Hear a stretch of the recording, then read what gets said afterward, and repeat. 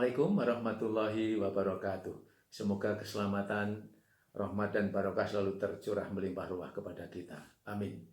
Selamat datang di channel Palm Coach, channel berbagi inspirasi untuk keluarga penerus generasi. Pada kesempatan yang baik ini, saya akan berbagi tentang mengelola emosi menghadapi anak-anak yang aktif. Semoga bisa menginspirasi Anda semuanya.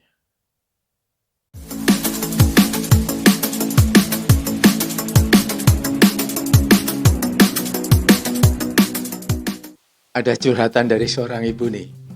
Dia mengatakan bahwa anak saya bandel, anak saya nakal, anak saya bawel, anak saya nggak bisa dikendalikan. Ini coba barang-barang semua berantakan. Ini mebel-mebel semua dicorek-corek, tembok dicorek-corek. Akhirnya ibu tersebut emosi, tapi jangan emosi dulu. Kita harus bisa mengendalikan emosi untuk anak-anak kita yang luar biasa ini. Ayo sekarang kita bicarakan bersama.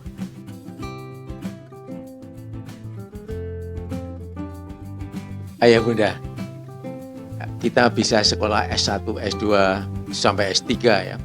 Dan itu ada sekolahnya. Dan kita asal memenuhi persyaratan tersebut.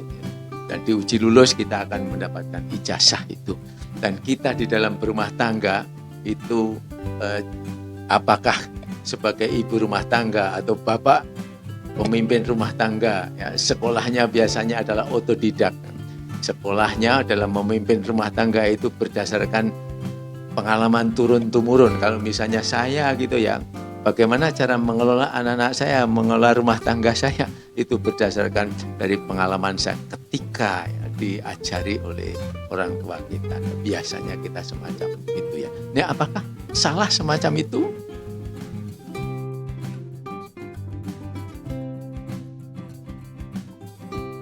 Ayah bunda tentu tidak salah ya, karena setiap orang tua itu menghendaki bahwa nasib anaknya itu akan lebih baik daripada nasib ayah bunda yang sekarang ini.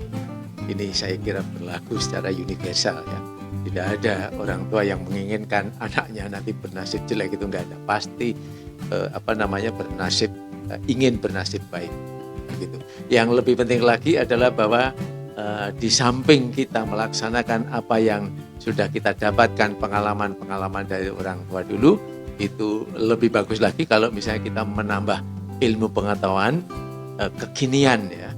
Katakanlah misalnya sekarang sudah maraknya ada parenting ya, kita sebaiknya itu memiliki ilmu pengetahuan tentang parenting. Tapi kalau misalnya ayah bunda masih kesulitan mengenai parenting, nanti dapat menghubungi saya gitu ya. Nanti akan kita hubungkan dengan teman-teman kami yang terdekat dengan lokasi dari ayah bunda sekalian. Ayah bunda, hidup ini luar biasa, sangat membahagiakan, sangat menyenangkan. Mengapa kita mempersepsi anak-anak kita misalnya akhirnya menjadikan emosi kita menjadi ya meluap-luap emosi negatif semacam itu.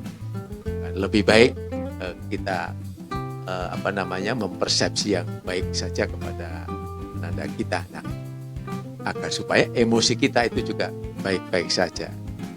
Yang perlu kita tanyakan pada diri kita sendiri, bagaimana cara kita mempersepsi dengan kondisi yang semacam itu.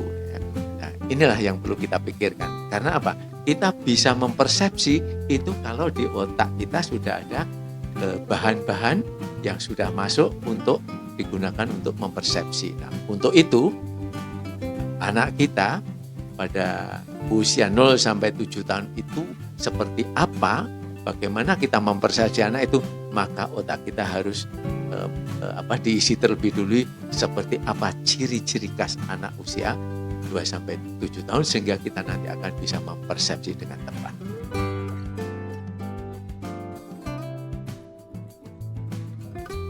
Iya, ayah bunda, supaya kita bisa mempersepsi anak kita nanti bagaimana, mari kita refresh lagi ya, pengetahuan kita tentang ciri khas anak-anak usia 2 sampai 7 tahun. Yang perlu kita ingat bahwa yang pertama, bahwa anak kita pada usia itu bahasanya sudah mulai berkembang. Dia sudah mengerti mengenai bahasa. Jadi kalau misalnya ibu nanti membentak-bentak, dia sebetulnya sudah mengerti apa yang dikatakan oleh ayah bunda. Yang kedua, emosinya sudah mulai berkembang dan dia akan menirukan emosi yang ada di sekitarnya. Seandainya ayah bunda membentak-bentak dengan keras, nanti Ananda juga akan menirukan bentakan yang keras itu. Yang ketiga, rasa ingin tahunya itu tinggi. Yang ketiga ya, rasa ingin tahu tinggi. Sehingga apapun yang dipegang, misalnya dia memegang ballpoint, dia dicoretkan di tembok karena dia ingin tahu ini apa sih isinya. Kemudian kalau gambar seperti benang roti itu atau misalnya itu semacam itu juga. Dan kemudian juga ini ada barang-barang sekitarnya itu, dia karena ingin tahu, keinginan tahunya tinggi, maka dia akan ngacak-ngacak semacam itu. Ya.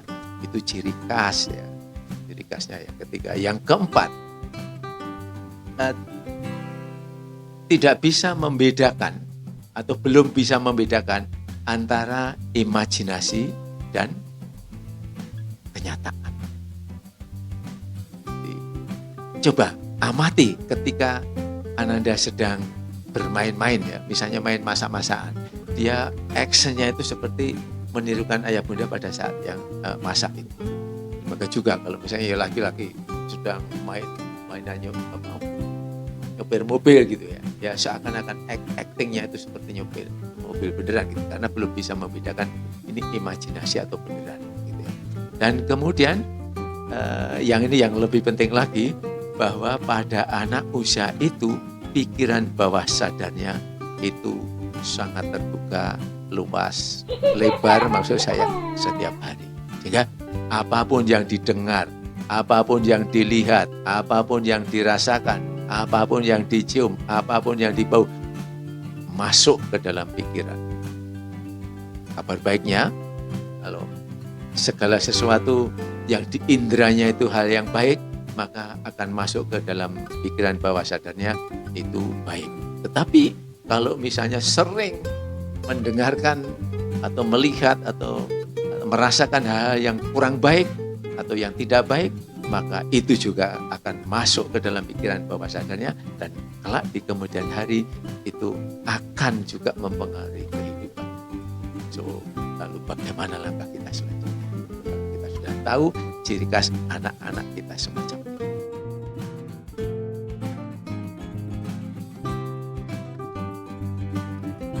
Ayah bunda, setelah kita refresh bahwa ternyata anak usia 2-7 tahun, anak-anak kita itu sangat luar biasa.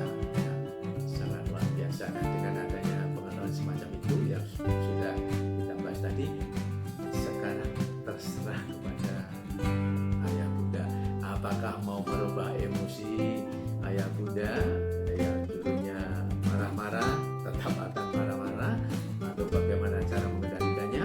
Yang perlu kita ingat, perlu kita waspadai, dan perlu kita tanamkan dalam pikiran bawah sadar kita bahwa anak-anak usia 2-7 adalah anak-anak dengan kesempatan yang luar biasa. Orang mengatakan kesempatan emas, pikiran bawah sadarnya terbuka, dan dia peniru yang sangat dulu. Jadi apapun yang didengar, dilihat, dirasakan itu masuk, terupload ke dalam pikiran bawah sadarnya dan menjadi nilai-nilai dalam dirinya. Kabar baiknya hal yang demikian ini akan mempengaruhi nasibnya kelak di kemudian hari. Dan sekarang terserah ada. Saran saya sebaiknya kita mengelola emosi, kita ubah emosi kita yang negatif menjadi positif, dan kemudian berdayakan itu untuk memberdayakan anak kita agar kelak di kemudian hari anak kita bernasib lebih baik daripada nasib kita. Dan kemudian yang perlu kita bicarakan adalah bagaimana persisnya caranya.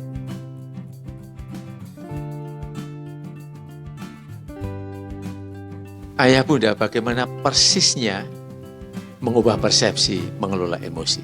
Sebelum ke sana, mari kita refresh dulu bagaimana proses terjadinya persepsi hingga menjadi perilaku. Jadi stimulus yang diterima oleh panca indera itu masuk ke dalam otak kita, dan kemudian otak memprosesnya menjadi persepsi. Persepsi mempengaruhi emosi, emosi mempengaruhi fisiologi, dan fisiologi mempengaruhi perilaku. Contohnya semacam ini, ketika kita menyaksikan anak kita mencoret-coret tembok, itu artinya stimulus. Kemudian otak kita memprosesnya menjadi persepsi. Kita mempersepsi bahwa dengan mencoret-coret tembok itu, tembok kita menjadi kotor. Tembok kotor itu adalah persepsi kita terhadap coretan itu. Terus kemudian dengan ada demikian, maka emosi mengikuti. Karena persepsi kita negatif, maka emosi kita juga negatif. Akhirnya kita menjadi marah-marah. Jadi emosi negatif. Begitu emosi negatif, maka fisiologi kita akan berubah pula. Kemungkinan akan ngajak pinggang semacam ini, sambil manggut-manggut semacam ini artinya persepsi kita mengikuti emosi. Dan demikian selanjutnya, maka dengan adanya fisiologi yang berubah, emosi yang berubah, yang negatif menjadi negatif tersebut, akhirnya perilaku kita menjadi negatif. Apa perilaku kita sehingga manifestnya adalah kita berteriak-teriak sambil berkaca pinggang semacam. Nah, itulah contohnya. Supaya lebih konkret lagi, coba bayangkan suatu kejadian yang terjadi pada ayah bunda akhir-akhir ini. Yang pertama kejadian yang menyenangkan, yang kedua adalah kejadian yang tidak menyenangkan. Coba bandingkan, emosi ayah bunda seperti apa, persepsi ayah bunda seperti apa, fisiologi ayah bunda seperti apa, dan perilaku ayah bunda seperti apa. Saya kira ayah bunda akan bisa membedakan ya, atas peristiwa tersebut.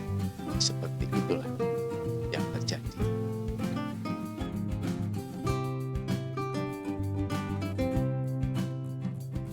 Nah, ayah bunda, sekarang bagaimana persisnya ya mengubah persepsi ketika kita mengetahui anak kita berbuat sesuatu sehingga emosi kita muncul seketika itu, ya. Emosi negatif muncul seketika itu.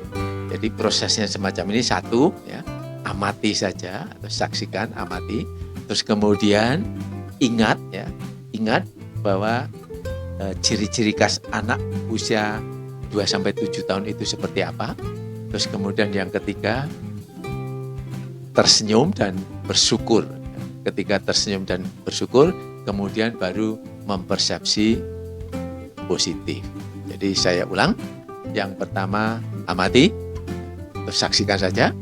Yang kedua ingat apa ciri khas anak usia 2-7 tahun. Yang ketiga tersenyum dan bersyukur.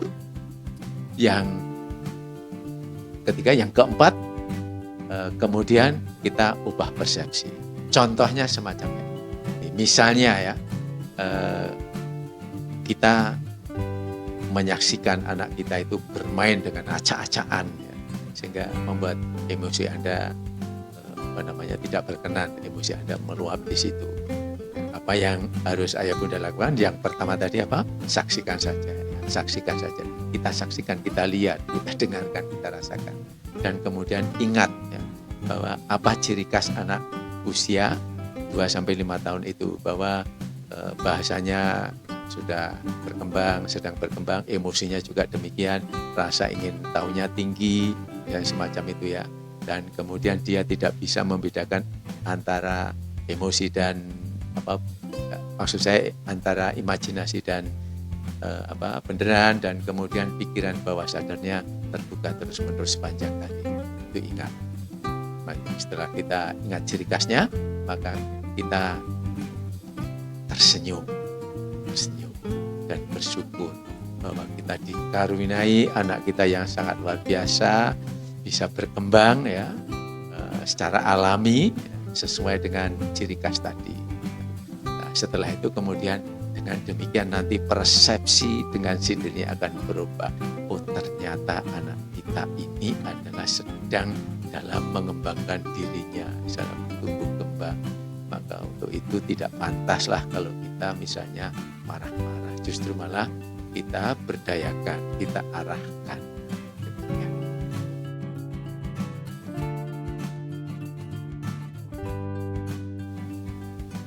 Ayah bunda sebagai penutup, silakan ayah bunda untuk bisa menyimpulkan sendiri seperti itulah keadaannya, bahwa anak usia 2 sampai 6 atau 7 tahun itu adalah luar biasa. Dia sebagai peniru yang sangat ulung. Di apapun yang dilihatnya, apapun yang didengarkannya, apapun yang dirasakannya akan ditiru, ya, dimasukkan ke dalam pikiran bawah sadarnya, dan itu akan menjadi nilai-nilai dan keyakinan dalam hidup dan kehidupannya, dan itu kelak akan mempengaruhi nasibnya. Itu yang bisa saya sampaikan saat ini. Semoga kita bisa dipertemukan lagi di kesempatan yang lain dengan bahasan yang lain yang lebih menarik lagi. Untuk itu kami ucapkan terima kasih. Kalau ini dirasa oleh ayah bunda baik, tolong untuk bisa disampaikan kepada teman-teman yang lain sehingga tidak berhenti sampai di kita saja, tetapi dapat dimanfaatkan oleh banyak orang. Terima kasih. Billahi taufiq wal hidayah. Wassalamualaikum warahmatullahi wabarakatuh.